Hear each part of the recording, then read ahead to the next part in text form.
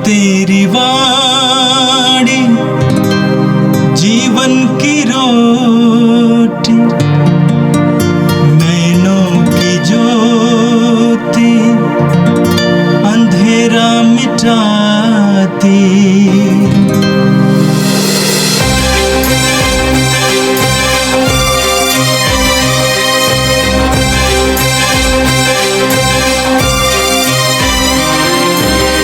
प्रभु तेरी वाणी जीवन की रोटी, नैनों की ज्योति अंधेरा मिटाती।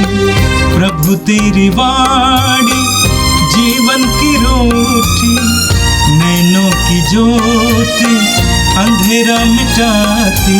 वाणी वाणी वाणी वाणी वाणी पवित्र है, शाश्वत है, जीवन का मन्ना है।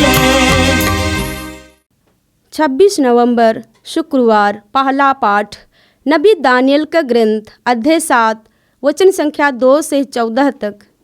मैंने रात्रि के समय यह दिव्य दृश्य देखा।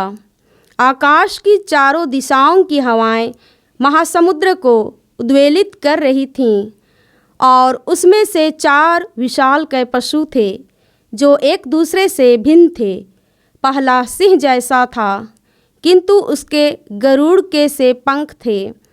मैं देख ही रहा था कि उसके पंख उखाड़े गए, उसे उड़ाकर 2 पाँवों पर मनुष्य की तरह खड़ा कर दिया गया, और उससे मनुष्य जैसा हृदय दिया गया। दूसरा भालू जैसा था, वह आधा ही खड़ा था, और वह अपने मुँह में दांतों के बीच 3 पसलियाँ लिए था। उससे यह आदेश दिया गया, उठो और बहुत सा मांस खाओ। इसके बाद मैंने चीते जैसा एक और पशु देखा। उसकी पीठ पर पक्षियों के 4 डैने थे, और उससे 4 सिंह थे। और उसकी पीठ पर पक्षियों के 4 डैने थे, और उससे 4 सिर थे।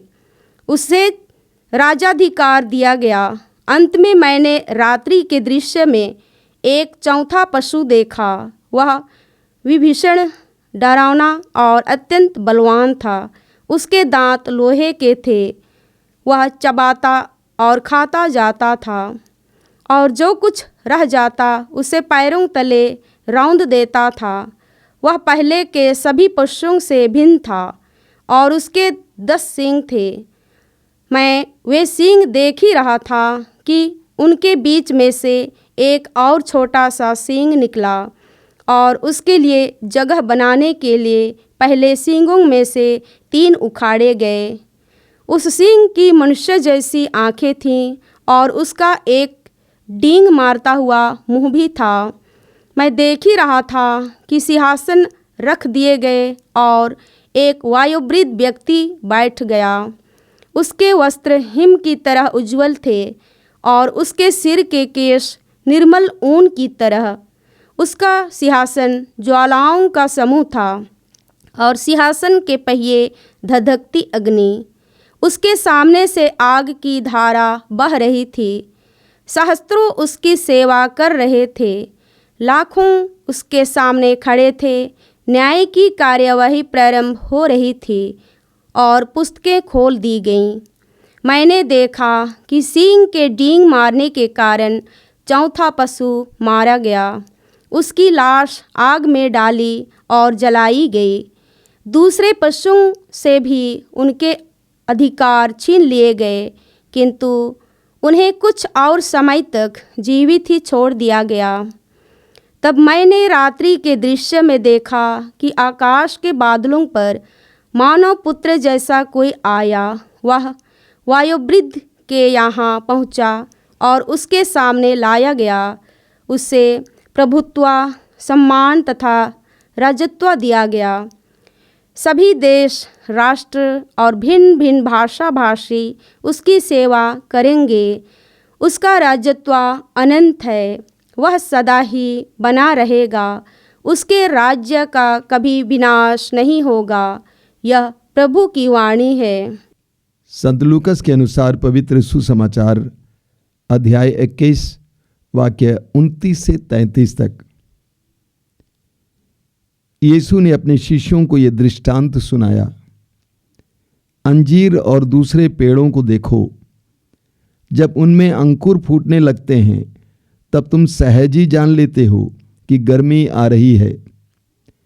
इसी तरह जब तुम इन बातों को होते देखोगे तो ये जान लेना कि ईश्वर का राज्य निकट है। मैं तुमसे कह देता हूं कि इस पीढ़ी के अंत हो जाने से पूर्व ही ये सब बातें घटित हो जाएंगी। आकाश और पृथ्वी टल जाए तो टल जाएं, परंतु मेरे शब्द नहीं टल सकते। यह प्रभु का दिव्य सुसमाचार है। क्रिस्त प्रभु की जय। मेरे प्रिय भाई और बहनों, हम प्रभु को धन्यवाद देंगे कि प्रभु ने हमें प्रतिदिन अपने सुंदर वचनों पर मनन चिंतन करने का सुनहरा अवसर दिया है। मैं व्यक्तिगत रूप से प्रभु को धन्यवाद देना चाहता हूं कि प्रभु ने इस कार्यक्रम को बनाए रखने के लिए हमारी मदद की है, कृपाएं दी है। हालांकि इसको बनाए रखना आसान नहीं है, तो भी प्रभु ने हमें कृपा दी है। प्रभु को धन्यवाद, प्रभु की स्तुति हो। प्रकाशना ग्रंथ की तरह नबी दानियल का ग्रंथ भी दर्शनों का ग्रंथ है। हम प्रकाशना ग्रंथ में संत यूहन्ना को प्राप्त दर्शनों के बारे में पढ़ते हैं। दानियल के ग्रंथ में भी दानियल के दर्शनों के बारे में हमें पढ़ने को मिलता है। आज के पाठ में आपने सुना, दानियल कहते हैं कि मैंने रात्रि के समय यह दिव्य दृश्य देखा।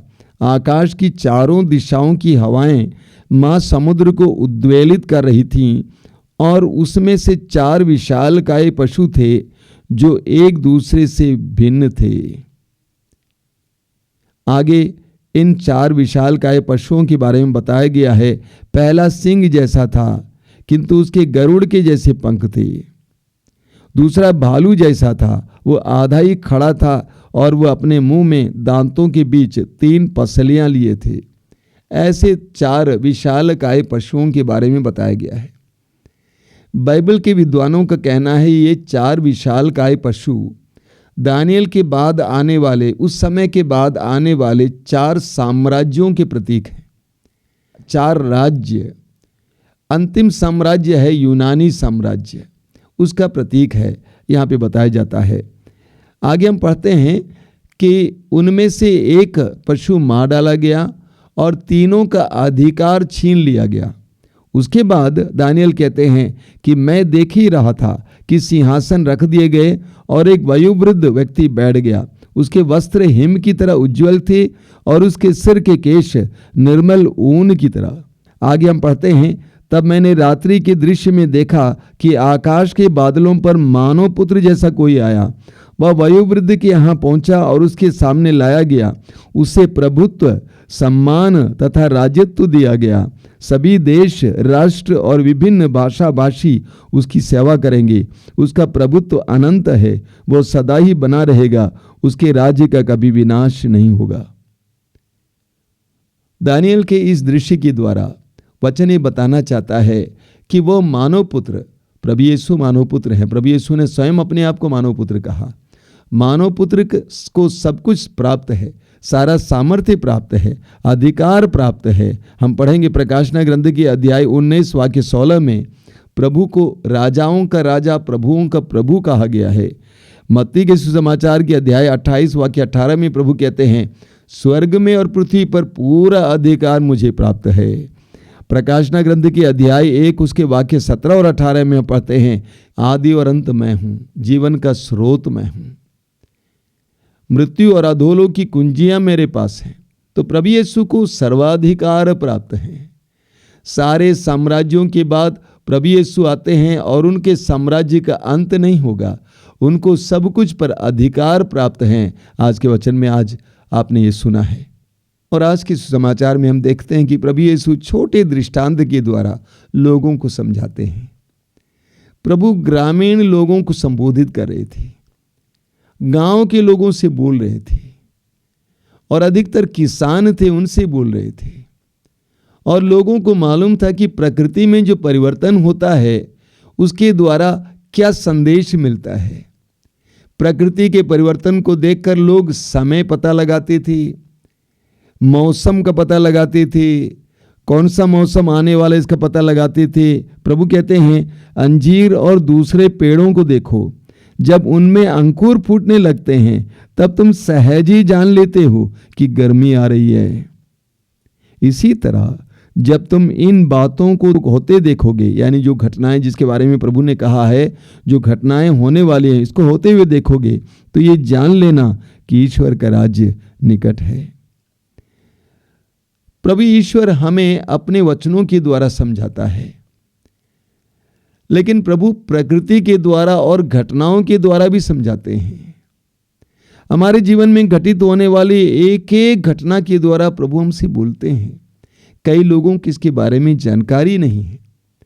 जीवन में घटित होने वाली एक एक घटना के द्वारा प्रभु हमसे बोलते हैं। विशेष करके हम जो प्रभु के चुने हुए लोग हैं, जिन्होंने अपने आप को प्रभु पर अर्पित किया है, हमारे जीवन में बिना प्रभु के जाने कोई भी बात घटित नहीं होती है। इसलिए उन घटनाओं को देखकर हमें प्रभु के संदेशों को पाने की आवश्यकता है। एक विश्वासी प्रभु के द्वारा दिए गए इशारों को देखता है और उन इशारों से समझने का प्रयास करता है कि प्रभु क्या कहना चाहते हैं। आज प्रभु ने सुसमाचार में भविष्य में घटित होने वाली घटनाओं के बारे में समझने के लिए बताते हैं। यानी जो घटनाएं घटित हो रही हैं, इसके द्वारा पता लगाओ या समझ लो कि ईश्वर का राज्य निकट आ रहा है। प्रभु यीशु के शिष्यों ने प्रभु की इन शिक्षाओं को कुछ हद तक गलत समझा। उन्होंने सोचा कि प्रभु संसार के अंत के बारे में बोल रहे हैं और ये अंत जल्दी ही होने वाला है। ये शिष्यों की सोच थी, लेकिन बाद में उन्होंने इस सोच को बदल दिया है। प्रभु का आज हमारे लिए क्या संदेश है? जीवन में घटित होने वाली एक एक घटना के द्वारा हमें प्रभु के इशारे को जानना है, समझना है। प्रभु से पूछना है, प्रभु इस घटना के द्वारा तू क्या बताना चाहता है?